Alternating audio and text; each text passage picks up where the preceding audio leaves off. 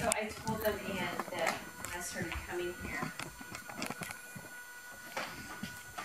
of course, as a jazz musician, I was looking around what's happening in town, and then some of the instrumentalists might have not given me the time of day. I'm like, okay, where are my singer friends? And so I tracked down Ann Caldwell singing in a club, and I went, yes. And then I chatted with her, and I went, yes. I just love her whole being. And then I knew that you were doing the Tuesday night sing with your a cappella group at Circular Church.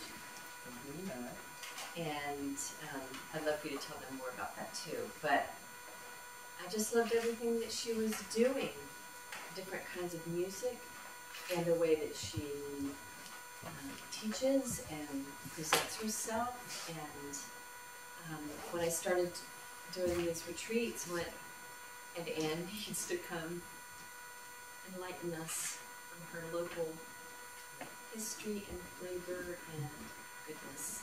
So we thank you for being here. May the benefit of my vast but limited knowledge. How did the music sound? Okay, I have to remember. I wasn't sure when I was going to do this. But anyway. This is a very short story about where I come from and where I ended up. Gonna take a sentimental journey. Gonna set my heart at ease. Gonna take a sentimental journey to renew old memories. I got my bag, got the reservations.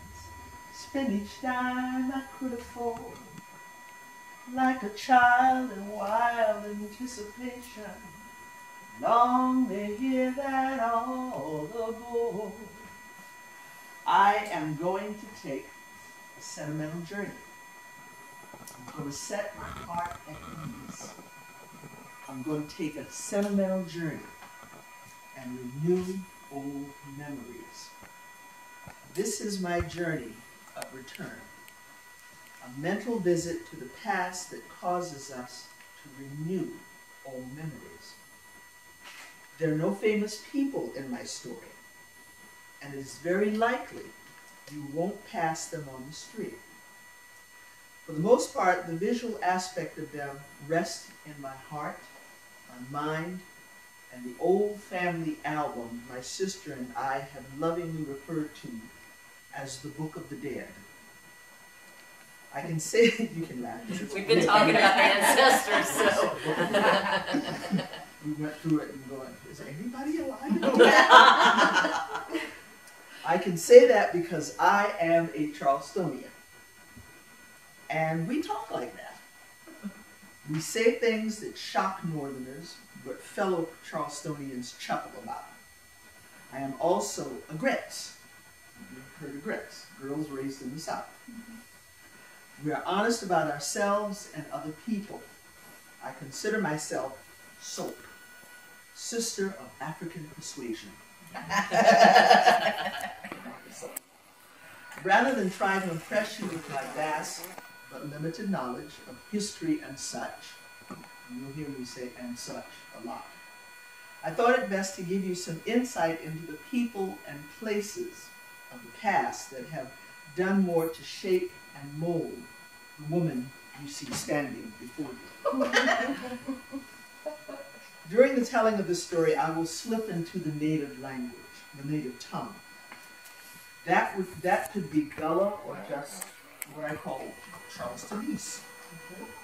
Gullah is a combination of the English language and African-based expressions. African translations of English language, to me, are quite poetic. Sing for the element on top of the sky. Sing for the live oak will stand so high. Sing for the people working around. Yet their music, pleasuring the sound. There's something very poetic about that. Study my head. It's just another way of saying thinking. What man you born underneath? Who is your father? 4 day clean before the next day.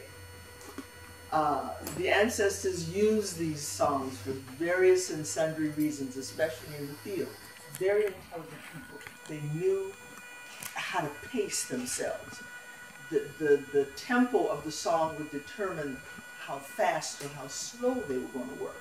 If it were fast, then the tempo of work was fast. If it was slow, then the tempo of work was slow. And sometimes they simply slowed a song down when they had to rest.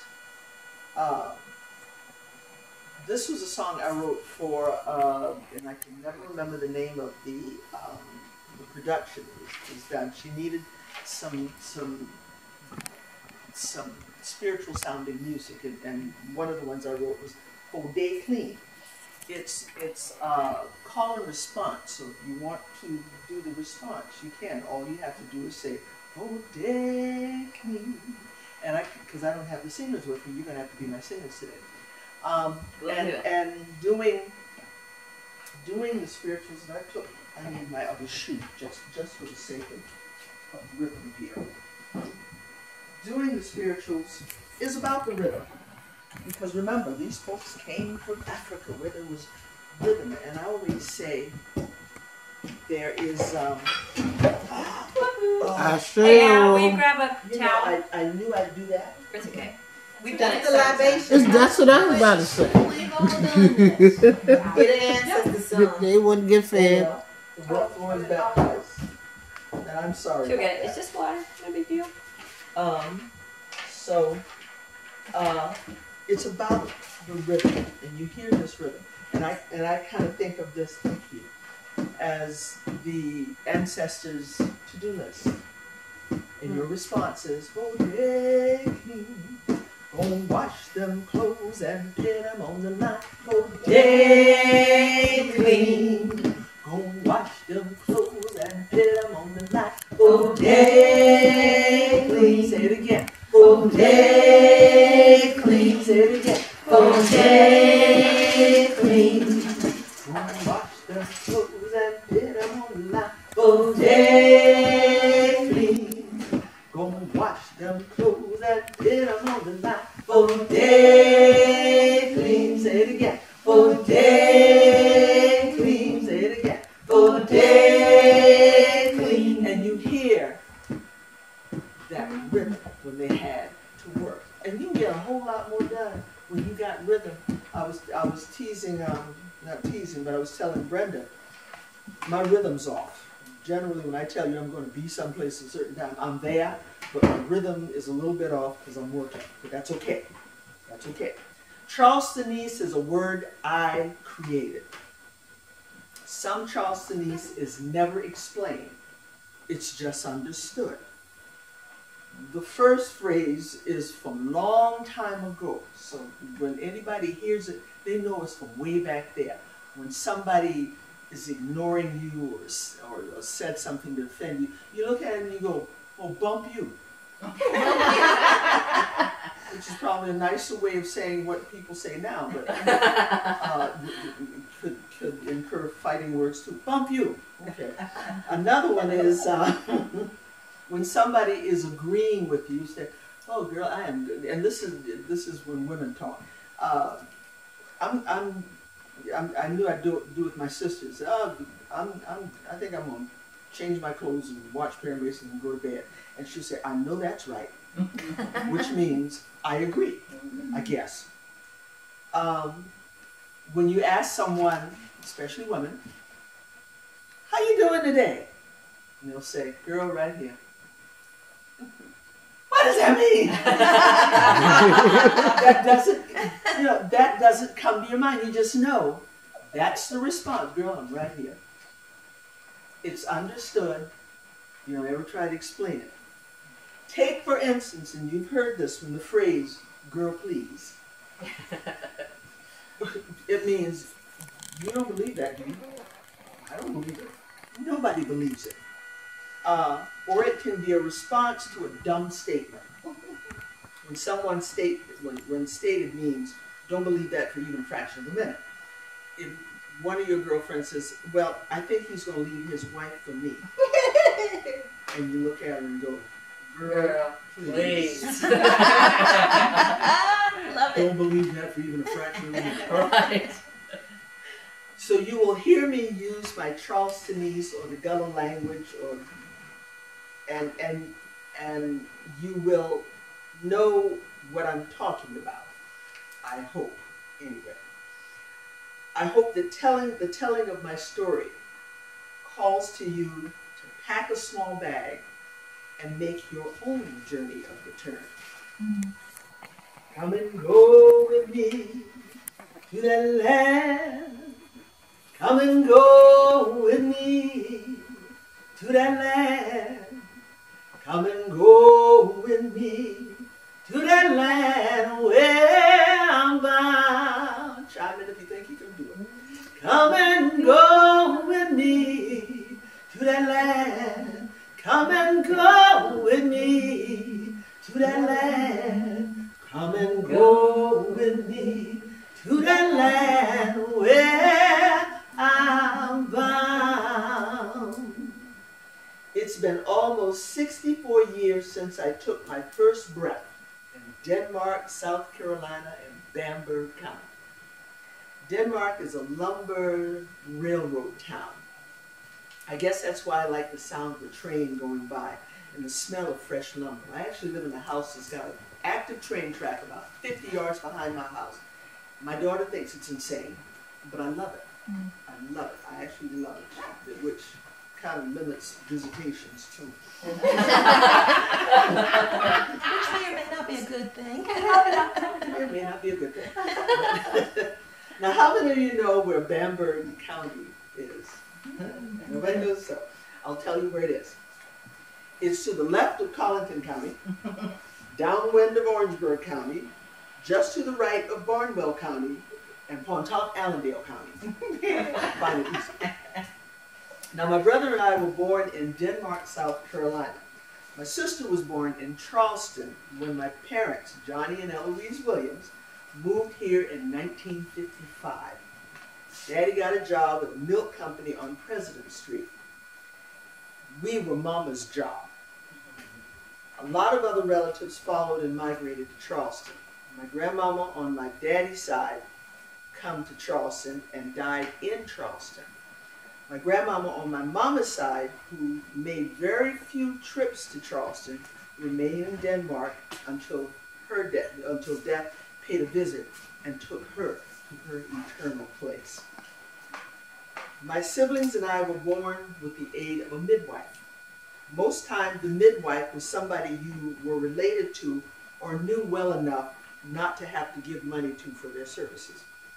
The midwife was my grandma on my mama's side, Grandma Julia. Grandma Julia was part Indian. I think that she might have been part Cherokee, I'm not sure. But there were, I was told just recently, there were Cherokee Indians somewhere near Bamberg. The American Indians who have lived in South Carolina, according to John R. Swanton in his book, The Indian Tribes of North America, may have been had very limited contact with the area which became South Carolina. Some have become extinct or have been consolidated with other tribes. The Indian presence in Charleston, South Carolina is reflected in the names of various counties, rivers, and businesses. Congaree, Petey, Saluda, Santee, Seaweed, Waccamaw. Waccamaw was a retail store in Myrtle Beach. It was kind of like Bed Bath & Beyond with an attitude. You would schedule excursions to go to Waccamaw. If you came to Myrtle Beach for some other reason, you went to Waccamaw before you came home. Do you know what it means, Waccamaw? Don't know what it means. Because it's so powerful to say. Waccamaw. Yeah. It's powerful to sing. Waccamaw. Yeah. It was a huge place. Waxhaw, Winyah, Yamasee. There were a slew of aunts. Aunt Lily, Aunt Rosa, Aunt Rosa May, Aunt Vera, and such. Not too many uncles. They had Uncle Ernest, Uncle Frog, And it was a while before I realized what my Uncle Frog's real name was. And I'm not sure why they called him Uncle Frog, because he had a high-pitched voice, and he was a little man. There was Uncle Hezekiah, who I never, ever met. I think he lived up in New York and such. There were people who were close enough to be relatives, but they weren't really relatives, and we've all got relatives like that. After a while, it was not quite clear where the bloodline began or ended. The only thing that you can be sure about is that they were born and they died. You will find that the two most important bits of information about anybody down here has to do with their birth and their death. Now, folks you were close to and were fond of, who were older, were addressed as Mr. or Miss. Of course, we all do that. We had Miss Becca, Miss Babe. There was Mr. Shine. Now, Mr. Shine was married to Aunt Rosa, but we never called him Uncle Shine. As far back as I can think, everybody called him Mr. Shine. So without question, we children did too. There was only one child in Denmark that I recall. I do not recall any children at all in Denmark. As I study my head, I still can't recall any faces of any other children. The one child was Willard. Yeah, some would call him Willard. We called him Willard. As children, we were convinced that Willard never had a mama and a daddy. He was raised in a little teeny house, and I'll explain teeny, by his grandmama. One day, my brother Jimmy, Willard, and me were sent out in the yard to play. As children, we were not allowed to sit in the presence of two or more grown folks. Willard got a hold of somebody's chewing tobacco. We spent a goodly portion of the afternoon, this is going to be exciting, covering up the spittle Willard made with chewing the tobacco. He would spit, we would cover it up. He would spit, we would cover it up. He would spit, we would cover it up. If someone had come along and stopped us from doing this, we would have thought that they were depriving us of opportunity of having the best time we ever had. I was a grown-up person when I thought back on the moment and realized how disgustingly repulsive that whole experience could have been. Ugh. You heard me mention teeny house. All the houses were teeny or very small houses. They had the basic space one needed to live, regardless of the size of the family.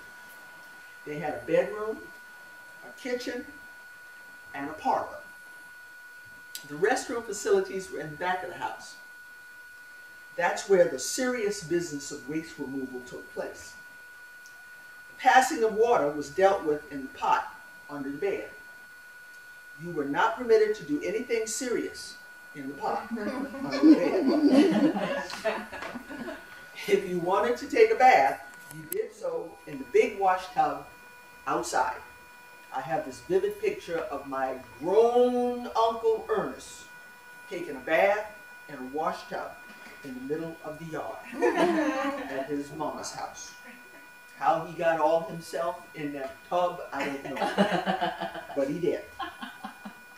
Everybody had chickens and chicken coops.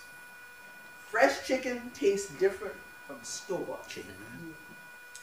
Same thing with eggs. One could say you got it direct from the distributor. The church we attended was called Springfield Church. It could very well be there now. It was an awful situation when we were last there. It was in the middle of the cemetery. Much like the praise house and the camp meeting experience of the early ancestors, it was the gathering place.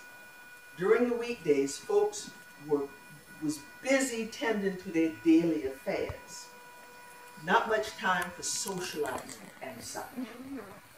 While in church, folks had a good time. There was no central heat or air conditioning in Springfield Church. During church service in the summer and spring, all of the windows was open. That was an invitation for all the bugs and vermin to attend the service. If it could fly, walk, or crawl, it was inside that church. At Springfield Church, folks sang a cappella. There was a piano, but nobody ever played it. There was a whole lot of singing and shouting and hand clapping. One time during a night service, while everybody was singing, the lights went slam out. That means they suddenly went out. The church was as dark as blackstrap molasses. You couldn't see your hand for your face. The singing did not stop. Guide my feet while I run this race. Guide my feet while I run this race. Oh, guide my feet while I run this race. For I don't want to run this race in vain. Now, when everything had gone dark, someone changed the lyrics in the song and turned it even more so into a prayer. And that's what the spirituals do. They describe moments, situations, emotions, surroundings, feelings, and such. People say, oh, that's just slave music. It is not. They are telling you something. And if you listen, you'll know what they're saying. But someone started singing, and the congregation simply followed along. Light my path while I run this race. Oh, light my path while I run this race. Oh, light my path while I run this race. For I don't want to run this race in vain. About that time, the lights came back on. The moment became a celebration for answered prayer. This little light of mine, I'm gonna let it shine. Oh, this little light of mine, I'm gonna let it shine. This little light of mine, I'm gonna let it shine. Let it shine, let it shine, let it shine. Kinfolk said, because they had to, just like the ancestors did. And I always ask people, you know why they had to sing like that? Because they ain't had all them drugs when the doctor gave you for all your emotional problems. Prozac and Wellbutrin, they ain't had that. Contrary to popular belief, the ancestors did not sing these songs because they were happy. No, they came together to sing these songs, to sing themselves happy, and to shout their troubles out.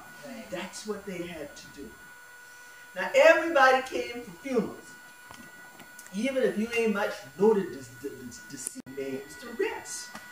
They call it a repast. And at the funeral, see, and country people don't do no little cookies and no, they don't no cookies and tea and junk. No, when they have a repast, they got a repast. That's food make you belch. They do a repast, they do a repast. And at the funeral, non-church folk, aka heathens, could blend in. All there was at a funeral was preaching and singing.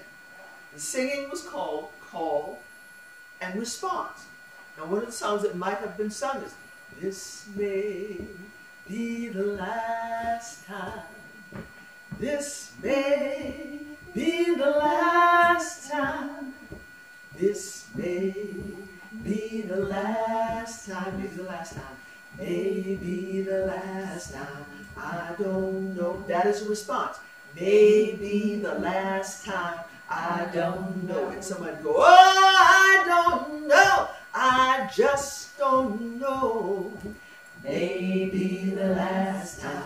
I don't know. Oh, I don't know. I just don't know. Maybe the last time. I don't know. Oh, this may be the last time. This may be the last time. This may be the last time. Maybe the last time. I don't know. And usually people would end, for this particular song, would end up in a circle all around the church singing that song. There are songs that conjure up all kinds of emotions, but that song, if you want people to get up off their feet, just start singing and walking around the church. Now, so all you had to do in church to blend in is to look like a church folk. You would sing and respond and shout amen and hallelujah every now and again. But there were some who shouted a little bit too much. You see, because Saturday night was so close to Sunday morning. There were one or two folks that had to be ushered out of the service because too much of the spirit was in them from the night before. Now, funerals were a very, very emotional time. The church people were all caught up in the spirit. So they ain't been paying attention to the heathens. The only folks watching the heathens was the ushers, or as we call them, the ushers. As long as the heathens didn't bring their heathen behavior into the service, they could remain unharassed. Picnics were always in the churchyard and everybody came. Yes, even the heathens, because it was free food. There weren't as many graves back then in Springfield's cemetery. In Springfield, so there was a lot more space to spread out a blanket and eat fried chicken and tater salad and jelly cake. Y'all know what a jelly cake is? The people in my family, we eat jelly cake and watermelon lemonade. The women in my family could cook. And when they got tired of cooking the same thing, they would do something with it and make it different. A pound cake, for instance. They would take the pound cake, slit it down the middle in two, and cover it with jelly. Put it down. A cake like that has been sitting in the refrigerator for a while.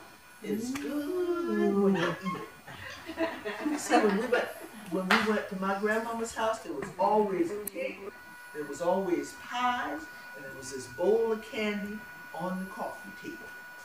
Always. There was never, and a Pepsi in the refrigerator. There was never a day when there wasn't a cake, a pie, or whatever. So why does my family have problems with their health? Who knows? But a jelly cake and my grandmother also loved preserves that we as children did not love either. And I remember an instance where she wanted us to eat the preserves, and I didn't want to eat the preserves. But in order to get the bologna sandwich I wanted, I had to eat the preserves. So I took my preserves without my brother and sister knowing that I did this, because they would have told on me. And I deposited the preserves inside my napkin and rolled up the napkin and threw it away. My grandmother just thought I ate the preserves, so I got my bologna sandwich. Fast forward to Charleston, South Carolina. Here we are. Charleston, for us, was the big city. There are a lot more white folks in the city than we were used to seeing. But that was okay. Daddy worked at the West End dairy plant down the street from what was then my Grandma Bert's house. Cross town goes right straight through where her house used to sit. Grandma Bert and Granddaddy Shaky, I don't know why they called him that, we just called him Granddaddy Shaky, was her husband, and they moved to Warren Street. Sidewalks, paved streets, grass, cars, buses, trucks, and that big old, what we call Cooper River Bridge. The folk from Albany call it Cooper. That's how we know who the folks who ain't been from here were. They'd say the Cooper River Bridge. Okay, we're not from here. We call it the Cooper River Bridge. The Cooper. Spell it C-U-P-P-E-R. Cooper River Bridge. It only had 2 lanes way back then and was the fastest way to get to Mount Pleasant and back. On the Mount Pleasant side of the bridge was Riverside Beach, across from Remilly's Point boat landing. Some musicians from off used to come and play at Riverside Beach. Somebody named Duke Ellington had played at Riverside Beach had come, and another fellow, one named Count Basie, would come with this big old band. Sometimes somebody named Louis Armstrong and B.B. King and a bunch more would play at Riverside Beach. It was one of the places that black folks would go for some social entertainment, I guess. Now, Mosquito Beach, that's what they call it, Mosquito Beach, located on James Island, or as some refer to it as Jim Island, on Saul the Green Road, that's another story altogether, was another place for folks of African persuasion to come together. This was during the early to mid 20th century, when laws segregated the beaches. And it seemed like everything was segregated. From movie theaters, the hotels, the parks, doctors' waiting rooms, bathrooms, water fountains, buses, schools, neighborhoods, and such. The county hall was where all the black entertainers came to put on shows. The building is still there. I believe it's either a condominium or apartment complex. Jackie Wilson would come there. My parents' date night was often at the county hall. And my daddy would tell us about James Brown's show he and Mama saw. To show you who came. This is what's his name? Howard Tate, Freddie Scott. Brenda and I were talking about that. Major Lance, I remember Major Lance. I had a little bit of a crush on him. Chuck Jackson, I had a big crush on him. Peg Leg. Oh, yes. See, he ain't mess around. You got Peg Leg. Happy about it too. Right, happy about it. Making money doing it. Daddy would tell us about the James Brown show. At a certain point in the show, James Brown would come out and he'd sing, and he'd have this big old robe on. And he'd throw off the robe and he'd sing a little bit and he'd fall down on the floor. And some guy whose major job was just to pick up James Brown's robe and put it back on him. He would do that. And James Brown would stand up and he'd sing a little bit and dance a little bit and he'd throw the robe off again. And he'd fall down on the floor and he'd sing, and all the women are going crazy. And he'd do this again and again. And I looked at my daddy and I thought, and y'all paid money?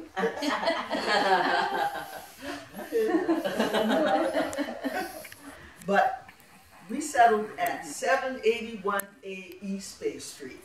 It is still there. If you've driven up East Bay Street and seen the projects, that's where we used to live. We were on the front. It had one common porch in the back and individual stoops on the front side. Our unit faced the street, the Cooper River Bridge, the Cooper River, and the bridge. This was to be home for a long time. Gonna lay down my burden down by the riverside, down by the riverside. down by the riverside. Gonna lay down my burden down by the riverside. Ain't gonna study war no more. I ain't gonna study war no more. Ain't gonna study war no more. Ain't gonna study war no more. Ain't gonna study war no more. Ain't gonna study war no more. Ain't gonna study war no more. We played under the bridge. There were huge chunks of broken concrete under the bridge. I don't know why, but it was there. This was our playground. There were 8 to 10 foot high mounds of dirt deposited in the front of the units. Not sure why that was either, but we just knew it was another place to play. And I have visions of running up the mountain and running down the mountains. Our unit had an eat-in kitchen and a living room downstairs. And upstairs, 1 bathroom and 2 bedrooms. My father, mother, and my sister and brother and I lived there. It was warm in the winter and the summer and the spring and the fall. Box fans were used to kind of sort of cool the air. Now in the summer we would eat watermelon on rind. Everybody knows what that means. We just didn't cut out little chunks and make it pretty on a plate like I like it now. Mama would sit us on some newspapers on the floor in the back door. That was before we were developed, so we could sit there with just our little short pants on, and the juice would be flowing down like a river. We could make as much mess as we were able to. When we were finished, Mama would instruct us to go upstairs and clean up ourselves as best we could, while she cleaned up the mess we had just made, which was just a matter of picking up the newspaper and throwing it away. There were clotheslines that extended from one end of the units to another. Families who could afford them had wringer washers. My family finally got one. When we were old enough, we were allowed to feed the soggy wet clothes through the front part of the wringer and then retrieve the flattened damp clothes from the other side of the wringer. I thought that was so cool. My brother did too when he got stuck in the wringer washer, up to his knuckles. He was fine. He was fine. You know, we caught him before the rest of them, which I think was what he was afraid of. He was going to go. Then it would be taken outside to dry. There is nothing to compare to sleeping on sheets and pillowcases that have been dried in the sun. Oh, that was so good. I remember hearing street vendors. We had street vendors on our street. And they would be selling fresh fruits and fish and what we call vegetables. And we'd hear them. And if you remember from the Porgy and Bess opera, you remember Honeyman selling his stuff. And I remember the voice. Strawberries! Strawberries! Cherries! And if he had something we hadn't been selling before, I got some watermelon! I got some coca! And some catfish! Whatever that was the first social media created because everybody could hear him. Everybody. And everybody go running out and they go buy stuff.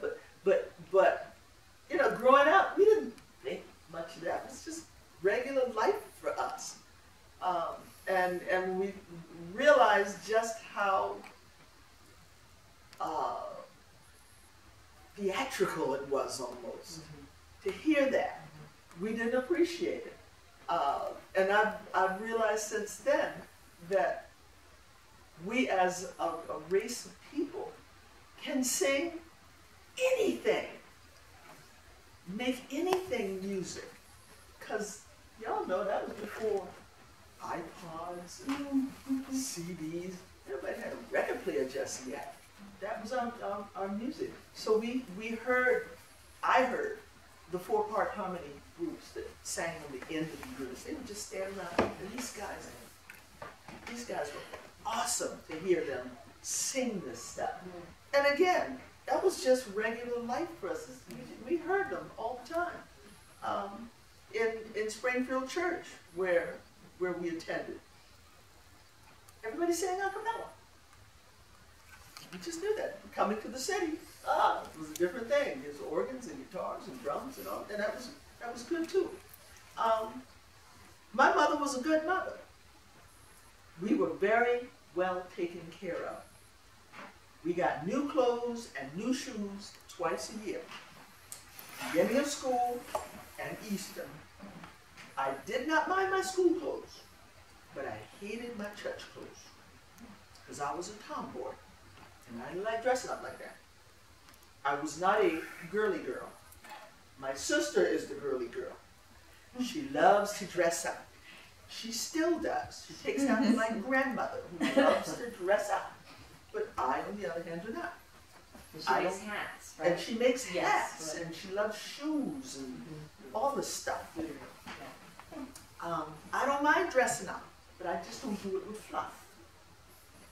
I didn't like the flowered covered hat, and I wish my sister has the picture, and I'm going to get a hold of that picture and get a copy of it to prove to you why that I really don't like the flowered covered hat and the frilly dress and the crinoline slip and the lace socks and the patent the shoes and that awful little flowered covered white pocketbook. Otherwise known as a purse. Where am I going? You can't put anything in here. Church was in walking distance, and the picture is neat because you got to get Easter pictures. When you go to a big photographer, somebody had a camera. The picture of my Easter picture is me standing upright. And they're going, smile, smile. And absolutely nothing to smile about. You forced me to wear this, and now you want me to smile. Church was in walking distance, and when we were old enough, we would walk to Sunday school all by our own selves. Our church money, some of you might relate to this, our church money was tied in the corner of a handkerchief. One of Mama's handkerchiefs. We had a dime for Sunday school and a quarter for regular church. My brother carried his money in his pocket. Mama would come along later. Daddy's lack of interest in church kept him from attending. Children, go where I send thee. How will I send thee? I'm going to send thee 10 by 10, 10 for 10 for the commandments, 9 for the 9 that got left behind, 8 for the 8 that stood at the gate, 7 for the 7 that went up to heaven, 6 for the 6 that couldn't get fixed, 5 for the gospel preachers, 4 for the 4 came knocking at the door, 3 for the Hebrew children, 2 for Paul and Silas, 1 for the little baby was born in Bethlehem. Thank you, ladies. Christmas at our house was awesome. We didn't have a fireplace or a chimney. I decided that Santa Claus must have had the keys to everybody's house on time. Our family custom was decorating the tree and helping Mama make fruitcakes, which she never wrote the recipe down for. What it really was us waiting to lick the big old bowl. Decorating the tree consisted of catching the imitation, Mom had a thing about imitation stuff, imitation snow she would throw on the tree, and we'd stand at the bottom and catch the snow. And then we'd get it and throw it back up on the tree, and we'd go down and catch it. Throw it back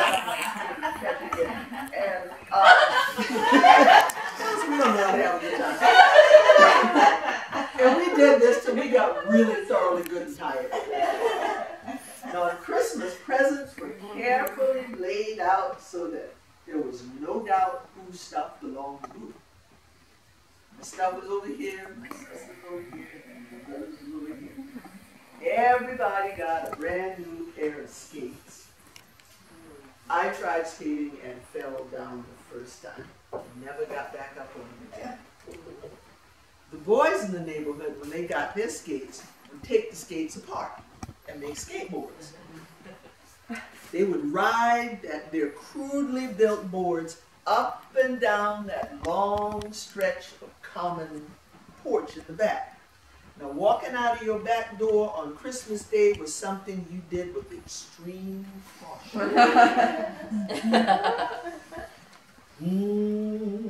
What did I do with it? What did I do with it?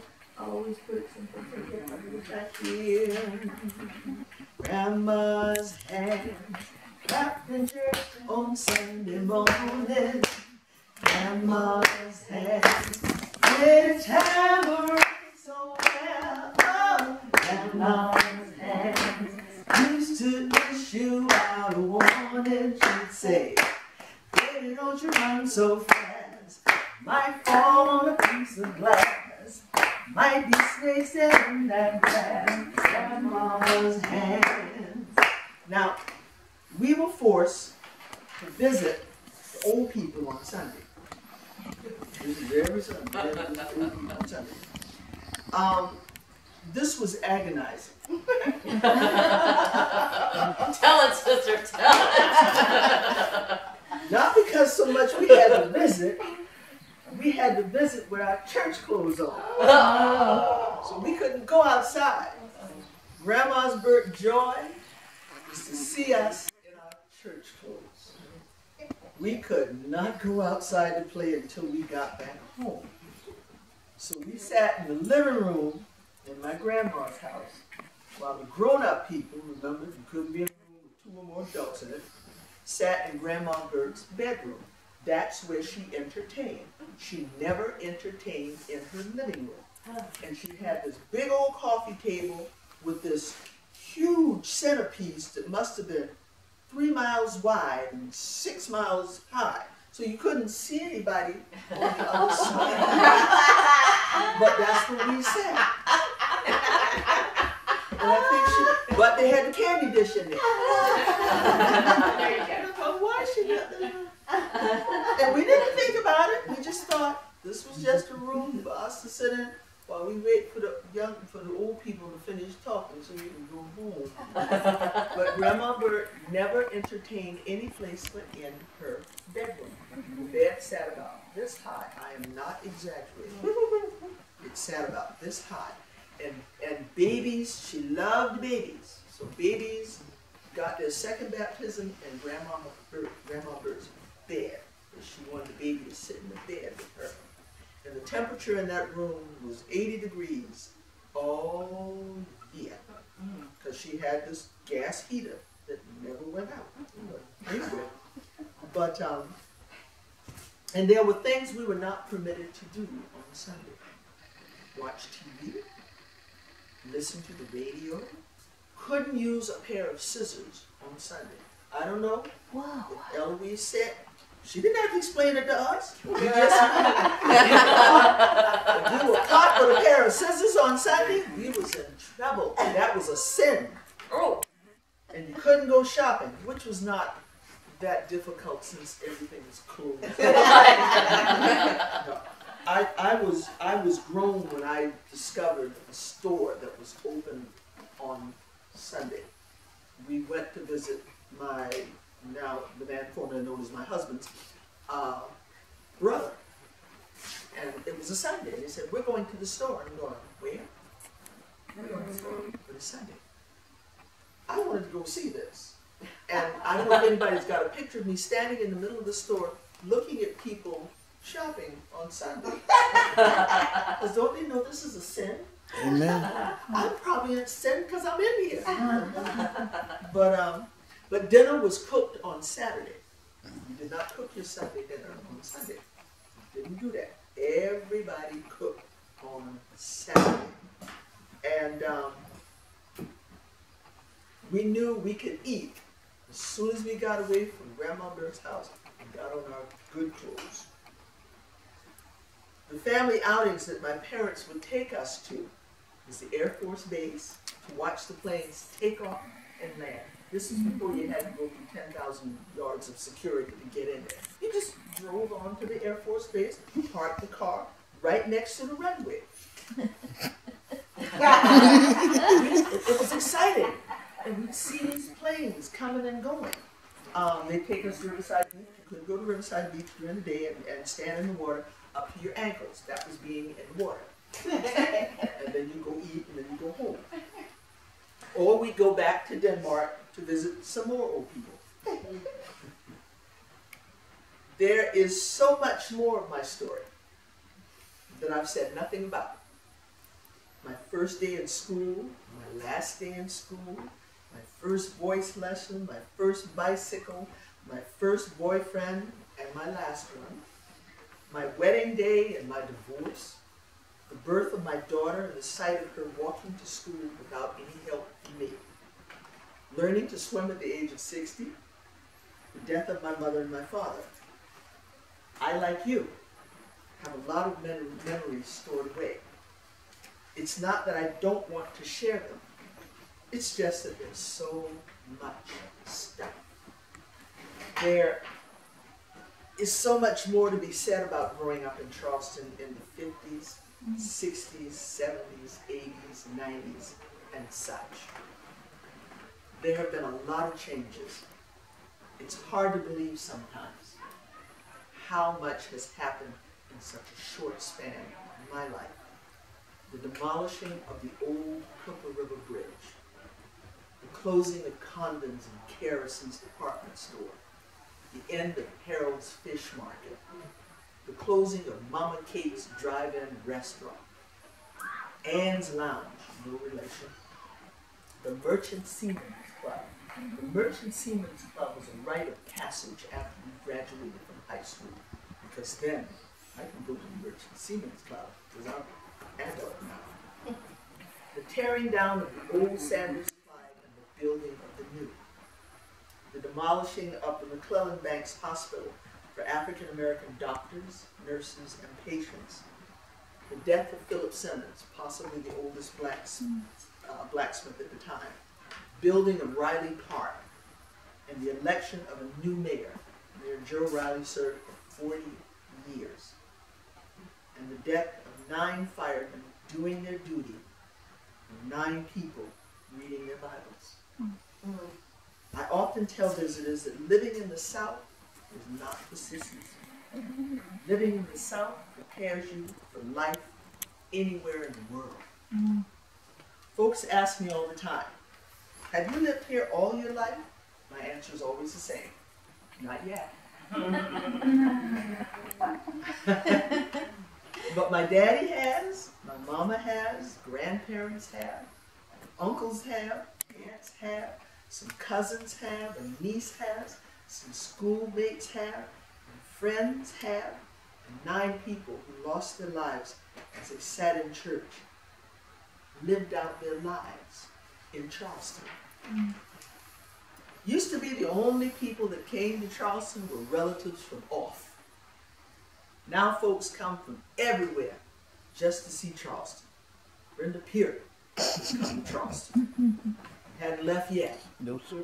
I think we stuck with her. Yep. Guaranteed. They come for the jump the broom in Charleston. In other words, they come to get married here. They got more people coming to Charleston to get married. And they can find the most out of the way places. Places we didn't know existed. How did y'all find this? And some just come to rest and live out their days in friendly town. There are folks who don't like Charleston, who won't come to Charleston, won't set foot in Charleston. And sometimes they ask me why I stay. I tell them it's because I was born young. And I am a reminder that they lost me.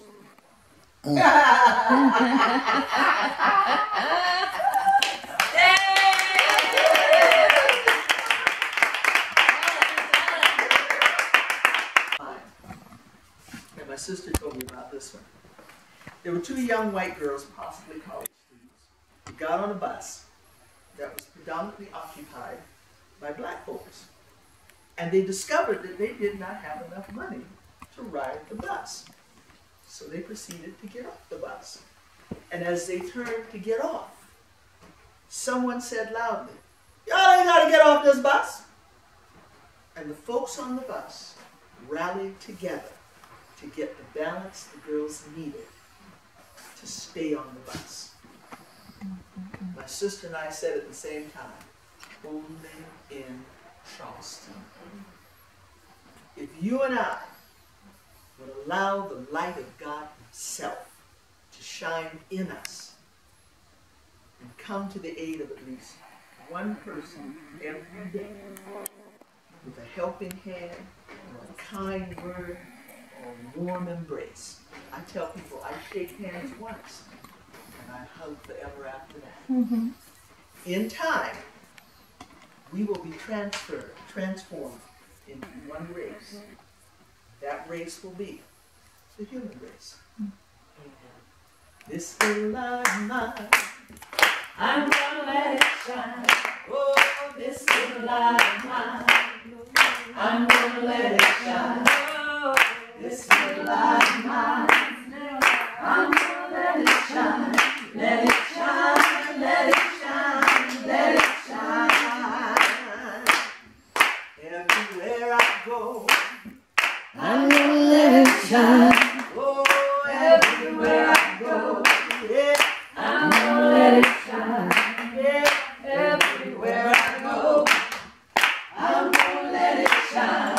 Let it shine, let it shine, let it shine.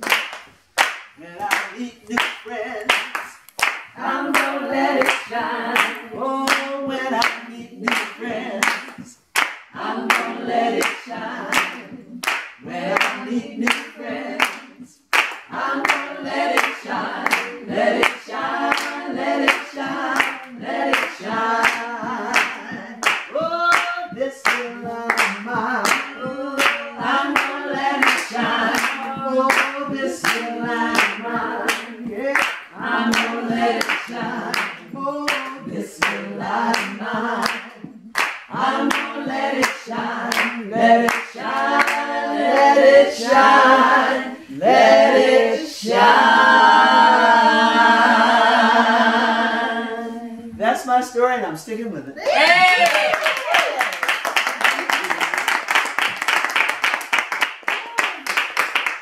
Thank you. Awesome, Ann. You are the best. Thank you, because you haven't met the rest. Not yet. Not yet. Not yet. And you're just such a light yourself, and a light for Charleston, and a great voice and presence for Charleston. I feel. What do y'all think? Wow. Questions, comments? Yeah, right on. Questions, comments, because they might have some. Yep, and this I is hope I have answers. so much. This is knowledge, soul knowledge, right here. Because you remember. I do. Yeah. Yeah. Maybe even reflections, things that struck you. Yeah. The fact that your grandma always had cakes, pie, and cake. My grandma did too. Every Friday we baked a cake. And anybody that ever came into the house were offered a cup of coffee and a piece of cake. Yeah. And my grandmother for as long as I knew her, never drank a plain glass of water. Never. I think she had a dream or something that if she drank water, something would happen to her. But she had a little cup that sat in the corner of the refrigerator next to the chair that she sat in her kitchen. So when she wanted something to drink, she would get up, get the cup, fill it with usually Pepsi, and the doctors kept telling her don't drink Pepsi, but well, people don't listen to the doctors. They just outlive them. I'll fix you, I'll just outlive you. That's generally what they did. condition. I outlived my doctor. Wow. When she entertained in the bedroom, did people sit on the bed or where did they sit? Only people were allowed to sit on that bed were babies. There was a rocking chair, and I have that rocking chair. You sat around the bed. No, you, I didn't think so. No. Well, I didn't just check it. only babies. Only babies. Did she sit on the bed while she was entertaining? She was laying in the bed. No, she wasn't sitting. She was stretched out. Not been dressed, but she was stretched out in the bed. Sometimes, you know, as she got older, she was in bed quite a lot, just because it was just easier than getting up and walking around and stuff. But no, the only people allowed on that bed were babies. It's so interesting because I went to visit some relatives that I didn't really know. They were on my father's side, and I wasn't close to my father's side of the family. And so this is the first time I was meeting them, and they received me in the bedroom, which I was not familiar with the custom. I thought this is the most bizarre thing. My grandmother ever. did too, and my friend who's an artist, she did a whole series. It was called Women Who Take to Their Beds. And there's actually, it's a thing. And some women, like at age 60, really young, will go get in bed. And then that becomes, people have to come to them. That was my grandmother. Yeah. Claire's I think about it. that too. Yes, my mother did that. Yeah. Yes. Is that because it was the biggest room in the house? It was, you just, that's where, if you wanted to talk to my grandmother, that's where you went. It's called holding court. Yeah. She held Right? court. Yeah. It's not the same thing as the living room, the dining room, or the Right. kitchen. No. She was queen. There you Yeah. go. She was the queen. You had to bow to. There's a certain way. And it's like the Right. inner sanctum. Mm-hmm. Yeah. You don't come near the throne unless you have been invited. You sit, and nobody was ever. There, she had an aunt, Miss Emma. Miss Emma was the only grown-up that I knew of that laid in bed with my grandmother. I'm not sure why. Good friend. There was no TV or anything like that, but. Them's the ones you trust. And yeah. You trust. They do that in Jamaica too? Grown women, that grown women still, we still walk hand in hand and hold hands like you still school friends. Right. So that thing where I can come lay up on your bed because I was probably there when you had your period, when you gave birth to your kid, all that stuff. As grown women, you lay on another grown woman's bed. Yeah, y'all got some history. It's not just that fly by met at the club thing. No. And when my mother died, when my grandmother died, we found letters. Because the only thing my grandmother ever threw out was trash. Everything else, we found in suitcases, boxes, letters, and cards. And they talked about three things. Food, sickness, and I can't remember what the third one was. I did the other day, but I can't remember now. You usually talk about No, children. who was sick? Oh, okay. Who was sick? Oh, Who was sick? Especially who was sick. Who had a baby maybe? Weather? Who got Oh, married? that's update mail. Yeah, right. But with the letters, my sister found my mother's diary or journal, and we found out she lived next door to my father, and that my grandmother, we thought, never worked, threw her back out and it stayed thrown out, lifting a child that she was taking care of. I think the child was 12 years old. She lifted, and that was the end of her back for the rest of her life. And there was some drama that we laughed about.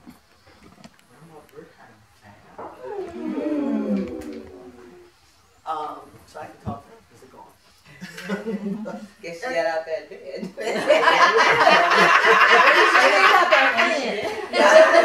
And Special visitor. And I think women then, That's where and the correct term me if I'm uncle wrong, comes Brenda, they knew that their husbands were busy. Yes, honey. Because I remember her saying, she said, she called him Shakespeare. we call him Granddad Shaky, she called him Shakespeare.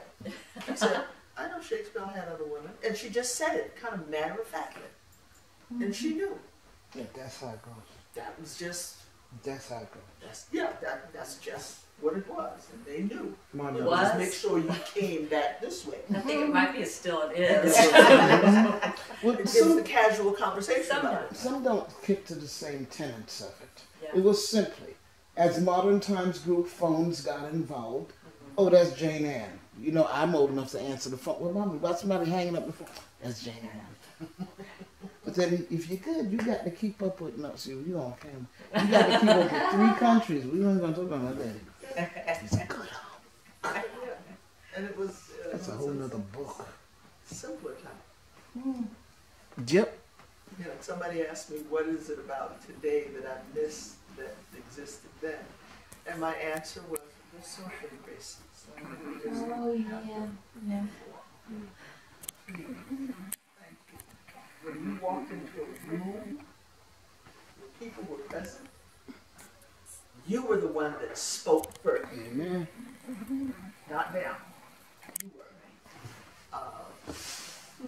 And again, you would never think to call an older person by their first name only, unless you wanted to end up in another state. Yeah.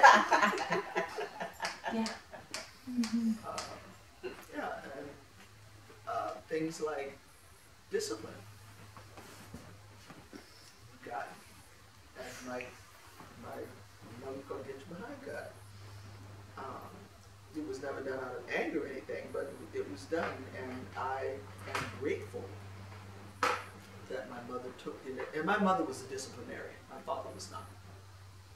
I think I remember spanking my father once, and he was half asleep, and my mother told him, "Be down." Okay, now can I go back to sleep now?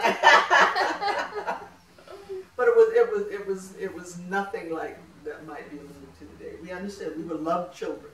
We were loved. We were taken care of. We didn't have the issues that might exist. So when I see children that live in the streets until time to go home, because mama's, and I've heard this, there was a 5-year-old child walking around the street because mama's boyfriend was there with her, and she put the child out until the boyfriend left. We didn't have that. We didn't have that. Yeah, we were put out to go play, and then come back a certain time. That's fine. But we knew where home was. We knew where home was. There was breakfast, there was lunch, there was dinner, there was daddy, there was mom, there was left. So we knew that. We knew we were loved. We were crazy children, but we knew. No, we weren't. We were scared of my mother. You went crazy.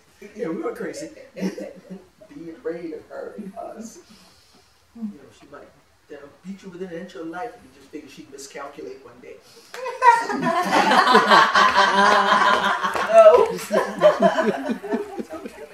And say a little bit, kind of switching gears with the mic, but Praise House, and just say a little bit about that and anything that you're doing with that group.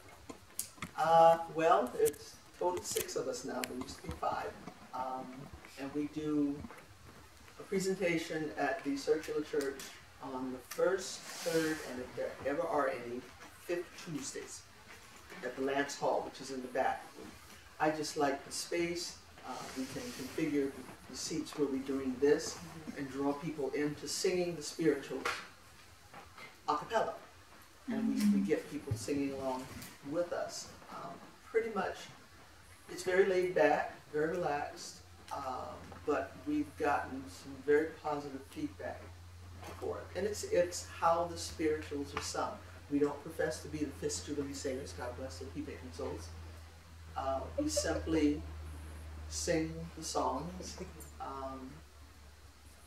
that the ancestors would have sung during their praise house or camp meeting. It's their place to have service the way they wanted. Yes, they attended to the churches and the masters, but when they wanted to worship the way they knew how, the hand clap, the foot stomp, the shout, the ring shout, all that. This is what they did. And we give out, and I'll read these with you. We give out these song sheets. And just, these are the song sheets we use, and I tell them, you've got something in your hands the ancestors do not have. These are the songs we actually use for that that service, so to speak. And that's basically it in a nutshell. We sing, we clap, we shout, we invite people, and people have done it to be a part of it. It's very open, spontaneous, because we never quite know who's coming, what the response will be, but we simply just keep doing it. How'd you come together? That's a $30,000 million question. A gentleman I was dating at the time actually put together, and at one time we were about 14 strong, and people kept dropping off and go back and get them and bring them back, and they'd drop off again, and the relationship came to an end, and I stopped chasing people, and I waited to see how much farther is it going to stop before it stops dropping. And it got down to, at that time, 4 people. So it was 5 of us that sang spirituals. And we've been doing it ever since. All of us come from different churches. My sister is one of the singers. And it's now 5 women and 1 male.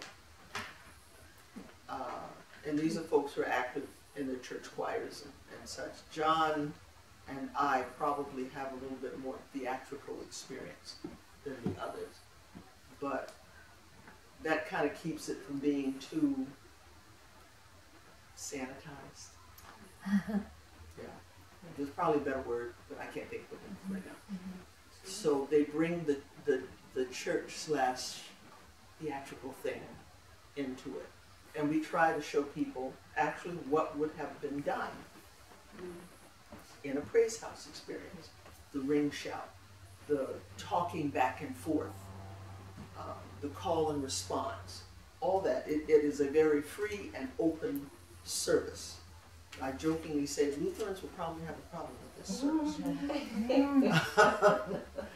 But and I know, because I've been to it a few times, it's also like, it's not necessarily a reenactment, it's just continuing on doing that tradition, and it feels very in the moment and spontaneous as you do it. It's a beautiful form. yeah, we're not trying to recreate slavery. Lord, no. But it's a way to keep the music of the ancestors alive. That's what makes people remember them. Right. This music didn't just happen last year. Right. This is music that's old. There's about 6,000 spirituals documented. And there's probably more, but we're talking about a group of people who could not read or write the new language that they were now a part of. It wasn't that they were ignorant, they just didn't know the language. And eventually developed their own language that actually Southern slaveholders' children spoke Gullah as a first language. And once it's in them, you cannot get it out. Yeah, try as they might, you can't stop that. Because the children were kept by the ancestors whenever the ancestors went to church. St. Michael's has the Society for the Preservation of the Spirituals. Is an all-white organization. And you can tell that they accompanied their babysitters, I would call them, to their services by their movements. You know, it's a movement for them is, you know, when you it's a little bit stiffer for them when they're doing this, but for us that's different when we do it. It's fluid. Mm-hmm. Yeah, it is. And we know about keeping the foot on the floor, so you're not accused of doing hoochie coochie dances.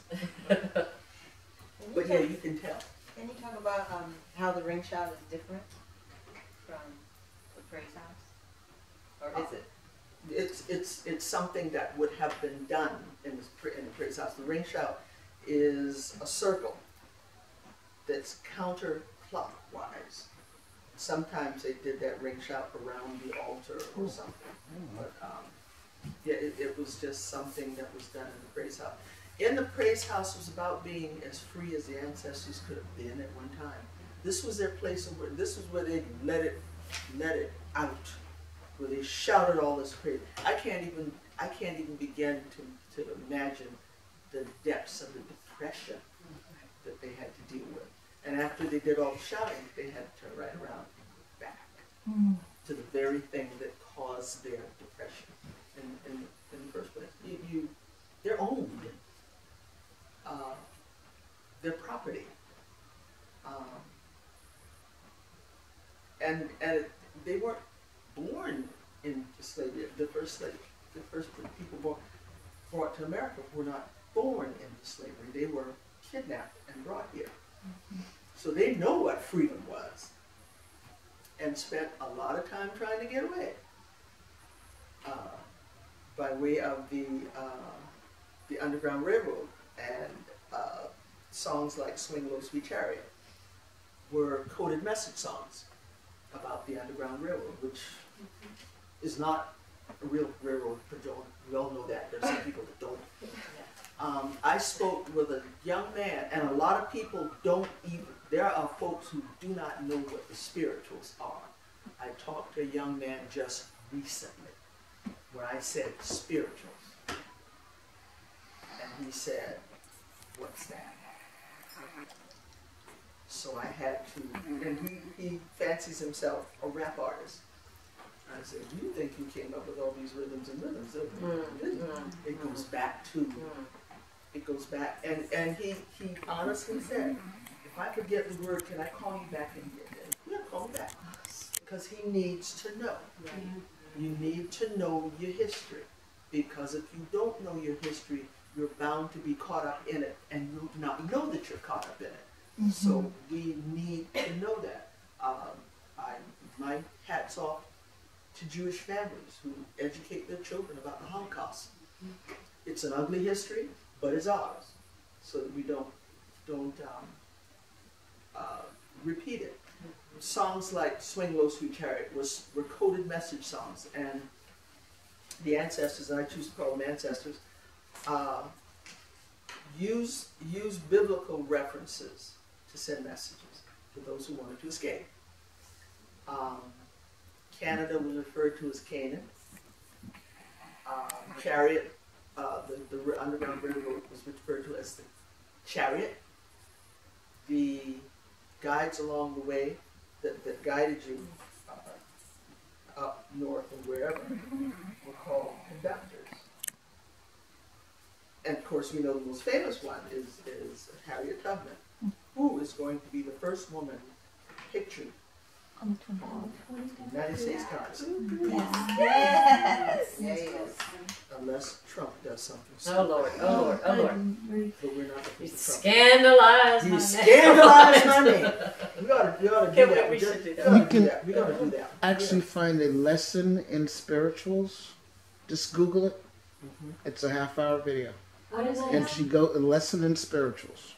By Anne. Yes. Yeah. And she breaks down the ring shout. She breaks down the rest of the stuff. Is that In full action. at your website, or is that YouTube, or It's on Low Country Rhythms. And you can go to YouTube, can't you? Yeah, that's it. Low Country Rhythms channel on YouTube. But my SEO is strong enough.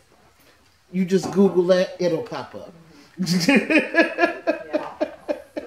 And Anna has a website too, and contact her. And Caldwell.com. I have been watching this whole time, the light reflecting off of her glasses, and I'm wondering how that's affecting your video. Oh, a bunch of different ways. That's why I go up and down and below and above her. Okay.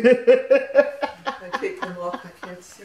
I understand. Yeah, but plus, as part of her, if you see some of her pictures, her eyes play above, below, and around her eyes. So it's follow the eyes, not the glasses. It's what's she doing around the other pockets. I didn't know if sitting over on this side would help with that. Or...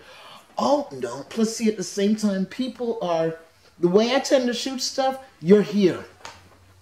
Whether it's an African dance class, whether it's a workshop, you're here. I let you know you missed something. This was your spot. So whoever's here, they would have looked around the room a couple of times. They would have peeked at the way she sat, what she wrote in her hand. It's a very voyeuristic camera. I'm sorry. It really has tendencies. Hand clapping, feet moving. That's why, if anything, the lower one was there for a second. It does. Look how many. I've graduated. Listen, I came here with a Sanyo Incognito flip phone. I couldn't use cameras for 14 years. So digital photography allowed me to touch things again. And I went whole hog. It's Charleston. It's always something. Which is why Brenda does what she does better than anybody I know, because some people, they show up with a camera and they're just there to take a picture. When you see Brenda's stuff, you're there. And like she said, you're there looking at stuff. You might look like you're on that person. You're doing exactly what you would do if you were in the room. Your hands, which is what I do. It could be my ADD. I watch things. I can see people do this. Especially at her jazz stuff. There's that head bob.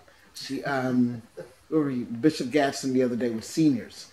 And seniors in various stages react differently. Right. Whether it's that, but I'm going for that finger. Now, if they're old couples together, the sweetness.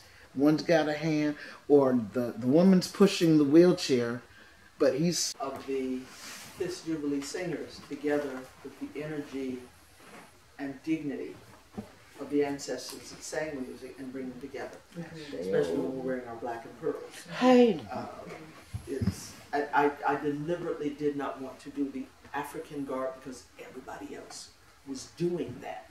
And I think there are some I've seen that make it undignified. I really don't feel worthy of doing that because it gives off a very commercial type thing, and I didn't want to do that.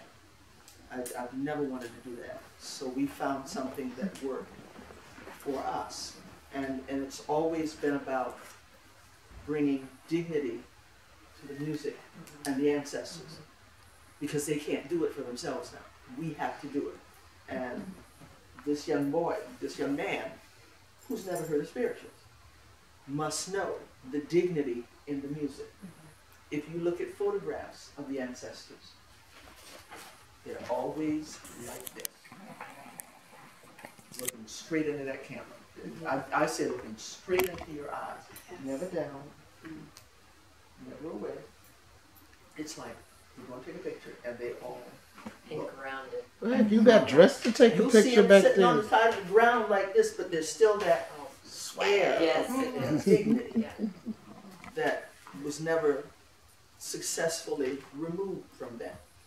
And before I do what I call a pink-a-ninny thing, we just will stop. And there are those who are comfortable with that.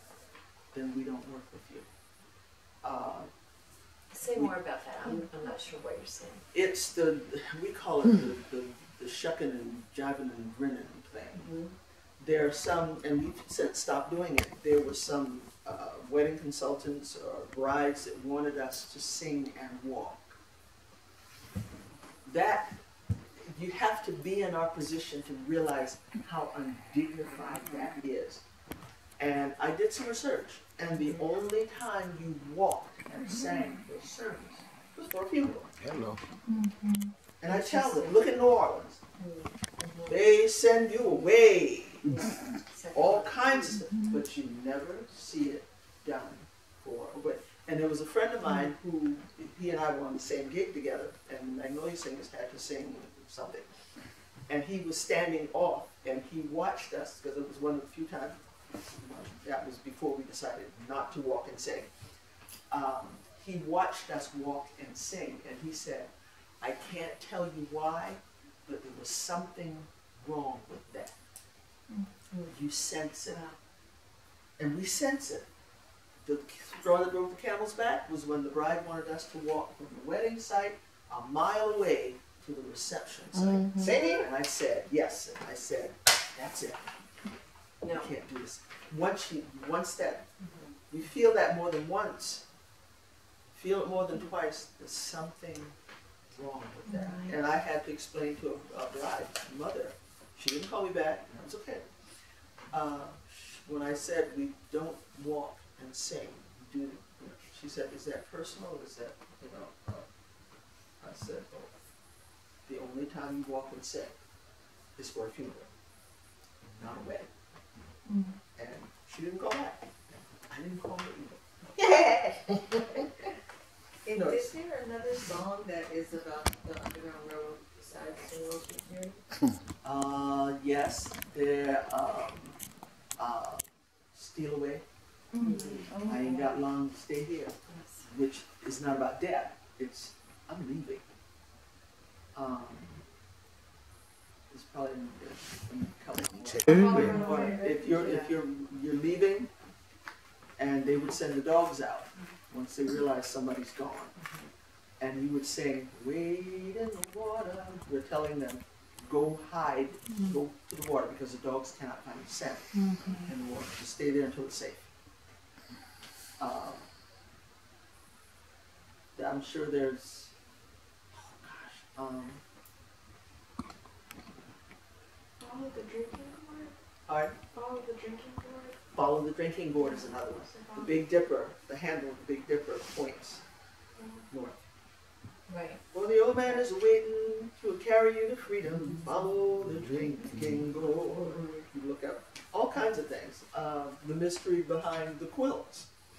How they could send The patterns and quilts. The The patterns and directions and quilts. That's right. they would That's hang right. the quilt, and nobody So figured out Yes. how did everybody know that. Yeah. It's the patterns in the quilt. And every now and then, it may be on the person wearing it. Their skirt, their vest. Embroidered work wasn't just, let's make it pretty. It was serving. It was serving. And maybe like putting out certain quilts along the path, like it was a safe house. Any of Could be. that? There's something about something in the window. I've read. Something Light. Yeah. Some, yeah. You have lights, you have signs. Oh, thing that she spoke about in her slave narrative the other day.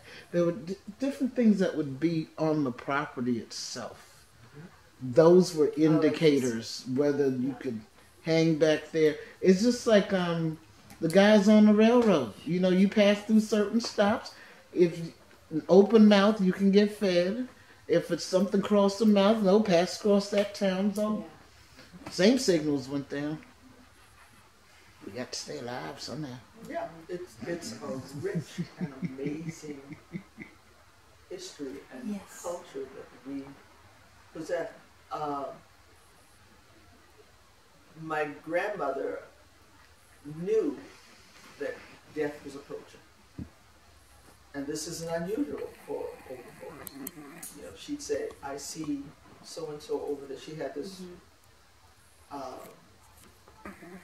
artificial tree, and I think I have that. I inherited that. And she would sit there and she'd say, I can see so-and-so and so-and-so and so. And I didn't understand what she meant. And then she proceeded to tell me where everything was in the room. My money's here. And shortly thereafter, she was gone. There have been stories that of mothers who knew that their children had died because they saw the child somewhere. Right. And I think the term is when old people put mouth on you. That's right. Put what on your mouth? Put Put mouth on mouth. you. Mouth. Put mouth on you. You Mouth. mouth. Put a curse on you. It's not always a curse. Listen, if Well- you dream it, you talk it right. Yeah. You're not always know when it, usually when it is. It's a prediction. It's a prediction. You don't, you know, and you see that, what was the Whoopi Goldberg was in the movie, what was it? Ghost. Color purple? Color purple. Color Purple. Oh, that one. You Okay. see certain things when old people look at you like that. Gosh, I'm gone. Oh my goodness. Don't do that. I've done before. Yeah, there are. It's a rich and colorful and deep culture. They weren't just ignorant savages. Everything had a reason. Everything had its reason, its season. And, when you gotta stay alive, you do things, and especially, and I do it occasionally when I leave, when we've done a performance on a plantation and it's nighttime. It freaks my sister out when I do it. I will stop the car and turn the lights off. And I'm going, this is what they had to do to endure. Especially when the moon is full. This is what they would have had to endure if they were leaving. This is what they were confronted with. And many times with the stations where ancestors had to stay overnight were not much bigger, not even as much space as under the stairs. It was just enough for a body to get into and stay. And you stayed there until it was safe to come out.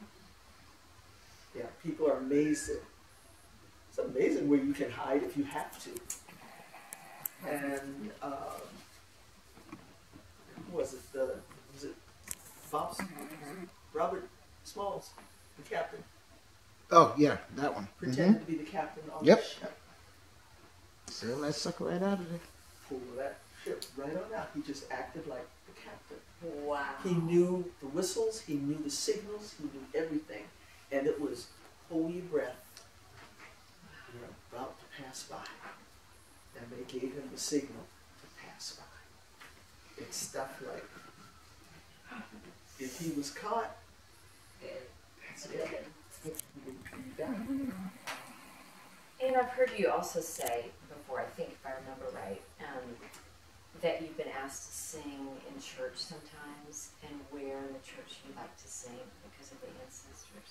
Oh, it's I remember at St. Michael's, and the balcony at St. Michael's was built for the African membership. And I've been asked to come downstairs and sing, but I said, no, they're up there. Let me go up there with them. And that's what I've been singing. Pastor was very, not very, but he was a little sad when I said, going up there. That's where they. It's a sweet spot. Yeah, that's the sweet spot. And I can't even imagine what the voices were like coming from that balcony. But yeah, that's my position of choice, and that's what I sing. And every once in a while I let out one of the ancestors, and I remember I think St. Michael's had a nickname of Frozen Chosen or something. And I did When the Saints Go Marching In. And I said, when the saints go marching in, and it was just my reflex, amen, and everybody went, amen. That's right. Wow. You do have something going on. Okay, there is something going on in there. But yeah, that's my place of choice, simply because that's where they are, and you can kind of sense their presence, especially on the plantations. Yes, it's not a beautiful history, but if you want to be close to them, then you've got to go to the places where they were. I remember, it's almost comical, we were leaving Drayton Hall, and it was nighttime, and I was going back to my car, and I said, something, I knew there was nobody standing behind me, but it just felt like somebody was back there. And I almost stopped and turned around and went, because I don't think I can run to my car carrying all this stuff. And I just had this visual of them standing there, which is again why we do the spirituals. It's the music, it connects us, it makes people remember. I've got to make this young man not just remember, but I now have to let him know, because he has nothing to remember. Right. Consciously. Right. He has no idea at all where the rhythms that he's so connected to came from. And I have no problem saying there was no rhythm in America until the ancestors came. Now And there's that rhythm. is truth. And now there's rhythm all over the place. All over the place. But now it's getting them to know and to get the connection with the spirituals and the ancestors. That's the place where we got to start. Okay, this is the music. And everybody, and he's heard the songs. When I said, this little light of mine, he said, oh yeah, I heard my grandmama sing that. Or, lead in the water. Yeah, I heard so-and-so sing that. They know the music. Yeah. But where does it come from? They don't know who composed it. Not a clue as to who did it, who composed it. Well, I love that he's at least open and he's going to call you and learn that. Yeah. Be open to it. Yeah, and maybe he can take that to his. That's when he'll have that conscious rap. Yeah. And you understand, oh, this. Yeah. Now, question. Have you found that, is it because of, he had elders who he heard sing. Some of them don't have elders. Some of them don't have church. Some of them don't have parents who even pay attention to church. Or the only time they may catch a piece of song is if they're having to go to a funeral for an elder. Because when they go on a funeral for the young folks, unless they have elders in their life, they're not getting any of that. Right. And at least the ones here. Now, go around the rest of the country. They fully lacking. At least he took the time to ask you. There's some who, they don't see church. They're not getting christened. They're not getting baptized. They don't have Bible study. They don't have 3-4 times a week in a church setting or a spiritual setting to build that. Yeah, and grandmama has gone to her reward. So there's nothing being said to him. Because a lot of these kids, when you hear, my grandmama read the Bible, my grandmama said this, there are folks who don't even want their children to even, don't talk like grandma because she's speaking bad English. It's not bad. Oh, yeah, that next and second It is- generation, It is yes. color. It is a language. They don't want that. They don't want to hear about it. And that could very well be the case with him. There's no, when he says, I heard that somewhere, nobody explained to him what that was. It's like the difference between East Side and Daniel Island. You're missing the spirit. He didn't go to, out on John's Island, there is Rural Missions. I don't know if they're still doing it. They would have prayer services on Wednesday. And they would come, they'd have their lunch, and I couldn't figure out why they having lunch. You hear that? It is easy for 2-3 hours to go by and you not feel it at all when they start. There's one preacher there. There's a preacher preaching. But for the most part, it's just one music. It's just music, music, music. And you look at your watch and you like, gosh, it's 3 hours later. You don't feel it. Mm-hmm. But these are older people. Mm-hmm.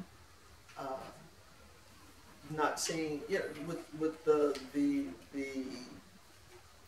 interest in the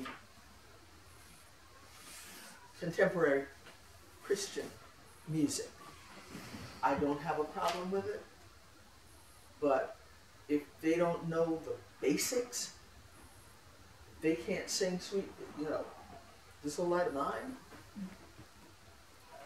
a few more risings and settings of the sun, and our Our music will be forgotten. Our people will be forgotten. My concern with the International African American Museum is that it is not watered down. Watered down.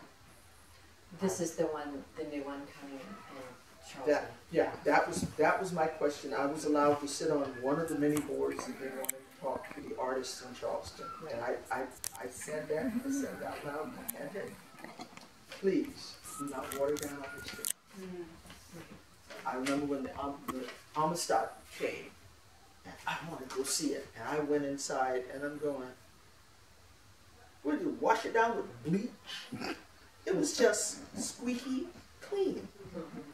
All I could say was, I've been on a replica of the Amistad. It wasn't what I imagined it to be.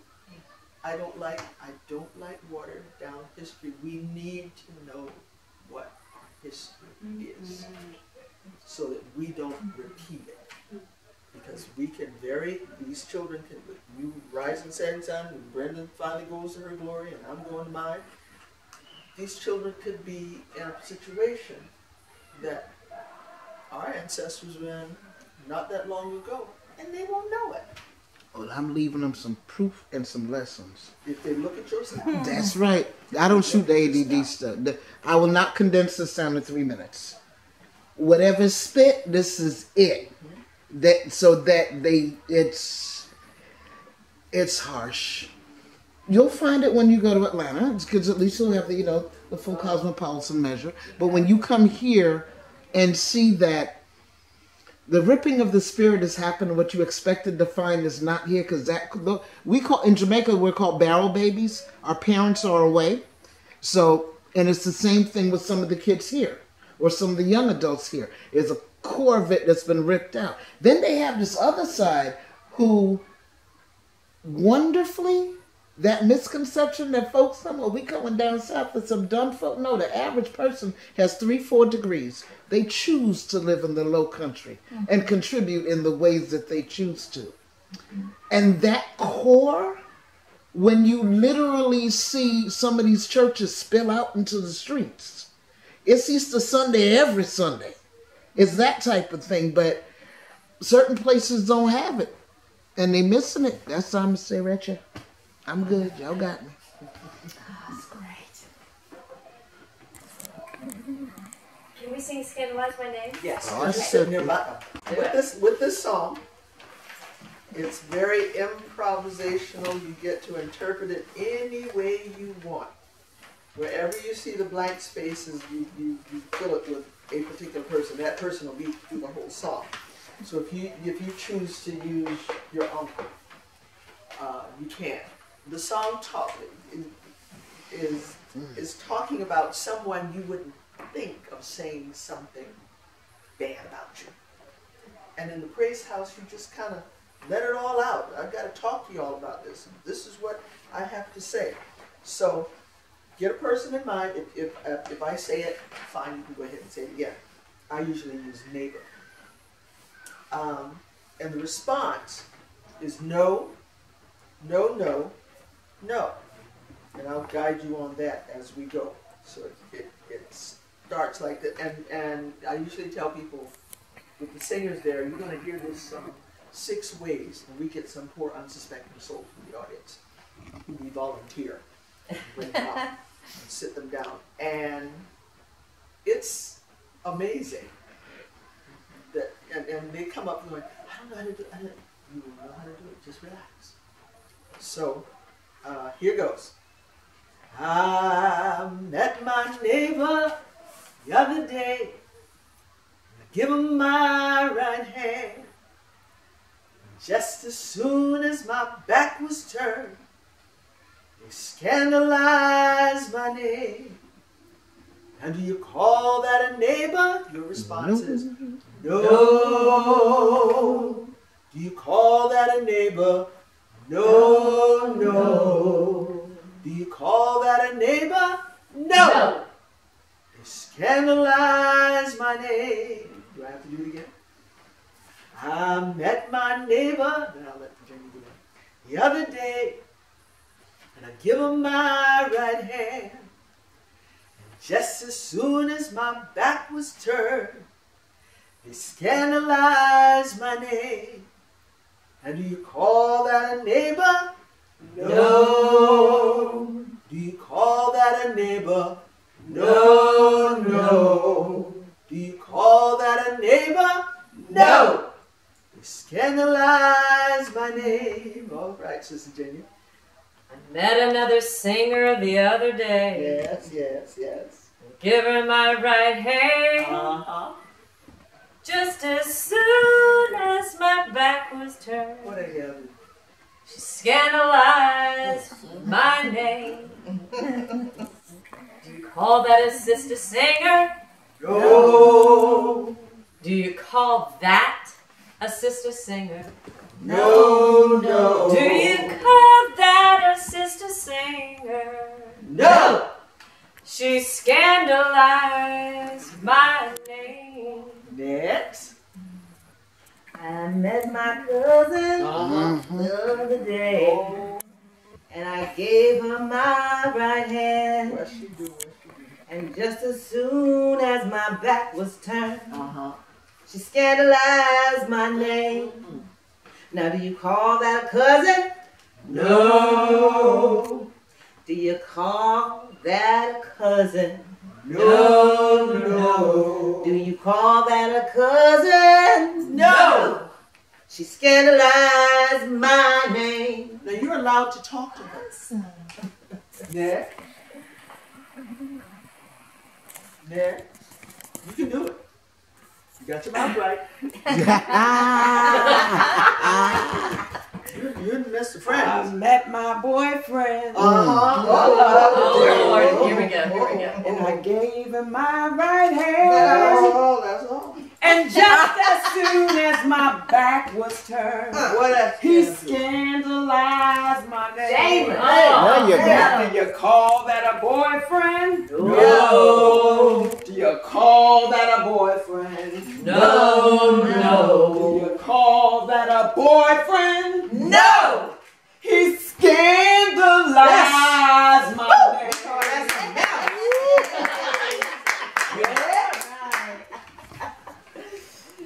You can do it. I can tell. Even if nobody's scandalizing me, I can still. I'm trying to connect with you. What a lawyer now. Oh, I met my neighbor the other day. Yeah, yeah. And I gave him my right hand. What happened? And just as soon as my back was turned, What did you do? they scandalized my name. What? Now, do you call that a neighbor? No. Do you call that a neighbor? No, no. Do you call that a neighbor? No! They scandalize my name. Yes. Trust nobody. You can do it. You can do it.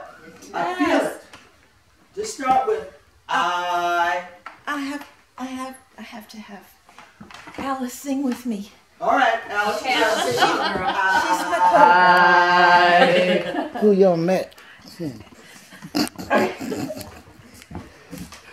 I met my ex-husband. Oh, Jesus. That needs help. That's right. Yeah, an interesting meeting for me. And I give my right hand. What? I messed that up. No, you can't. Improvise, improvise. As my back was turned, Yes. he scandalized my name. Oh, Lord, here we go. Call that an ex-husband? Well, Yes.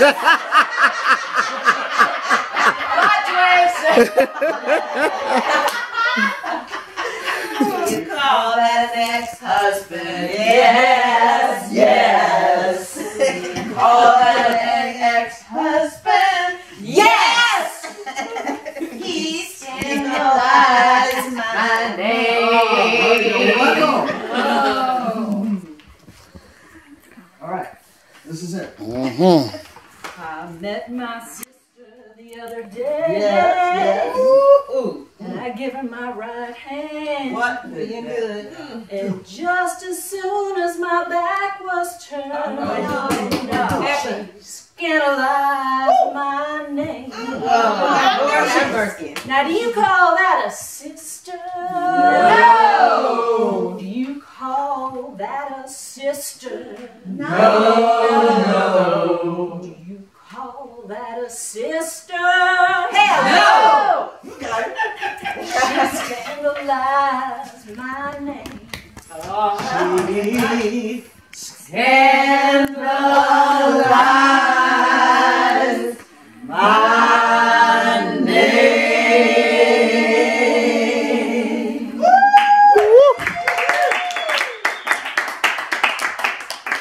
And you can, and again, in the praise house, you felt it, letting that out because they had the whole stuff in. Yes. And when you can, what I call psychologically throw up. All right, it's out now. I call it colonic.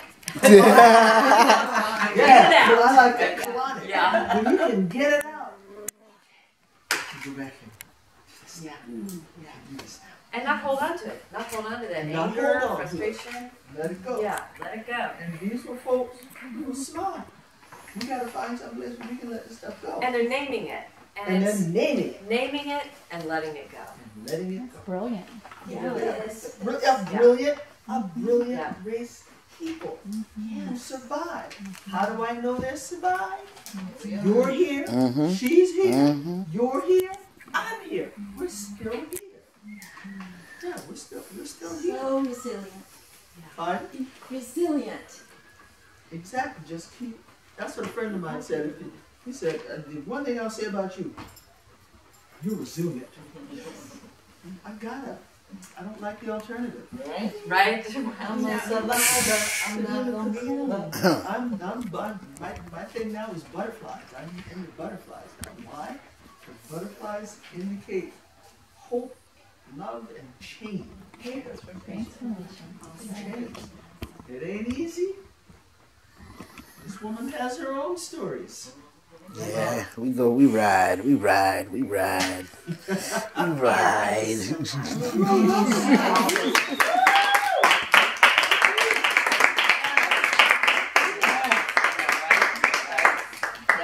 Yep. And Brenda, is this going to be? How is this going to be used? Where do you want it? What are you going to do with it? What do you want? Anybody? Brenda knows how to Usually way it's end up just Dropbox it to whoever needs a copy of it. Usually what happens with thing that she does over the course of days or time, you see things sneak up on the Facebook page. It's a piece of this, just because people don't necessarily always know what she does. She performs in many different genres. So someone only knows her as jazz. Another one only knows her as spirituals. Another only knows her as the high holy days up at. So you've actually had people, and thank God it's working. You had someone said to her, I didn't know you did all that. So here's another part of what they may not necessarily know, but Instagram and Twitter do, thank God. So this may be on her Facebook page.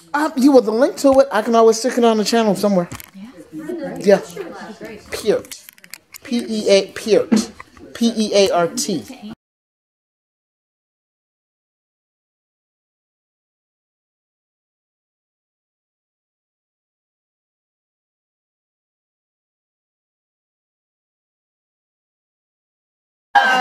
There you go. a whole different type of scam. I know. And it's worthy. No, I got mine. I'm gonna keep shooting. Actually, you know what? Instagram moment. Oh boy. They're so silent for singers, aren't they? I never stop running videos, so trust me, it's running. Woo! Never on me. Say hi, ladies. Hi. There you go. They've just gone through the Ann Caldwell experience. They're singers from all over, and they're at a singer's workshop. You're gonna have We to do. find her to get involved, Singing folks. Journey Retreat, Charleston, Folly Beach, 2016. What? Our special guest is Ann Caldwell. And Ann Caldwell is the spirit of Charleston. And Amen. it's happening right here. Right Amen. now. Woo-hoo! That's what happens when they took Instagram past that 15 seconds. Listen, I make a full commercial out of them bad boys. No Are we good? problem. Yeah. All right. Thank you so much. Yes, thank you so much. Ann, did you bring any CDs or anything else for us? Yes. Okay. Yes. She has things available.